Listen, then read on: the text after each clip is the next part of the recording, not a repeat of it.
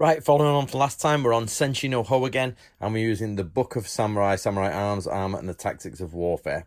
Now, this is how to use people part 2.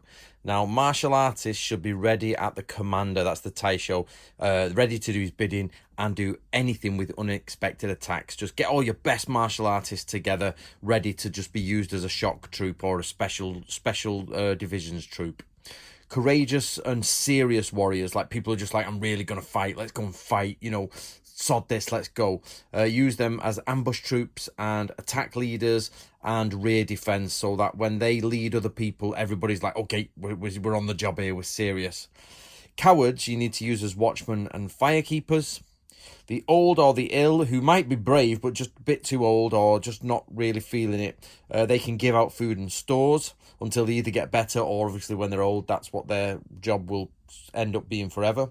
And then use well-travelled people as Kanja spies or guides. So anybody who knows the areas, different areas, find them out and go get them.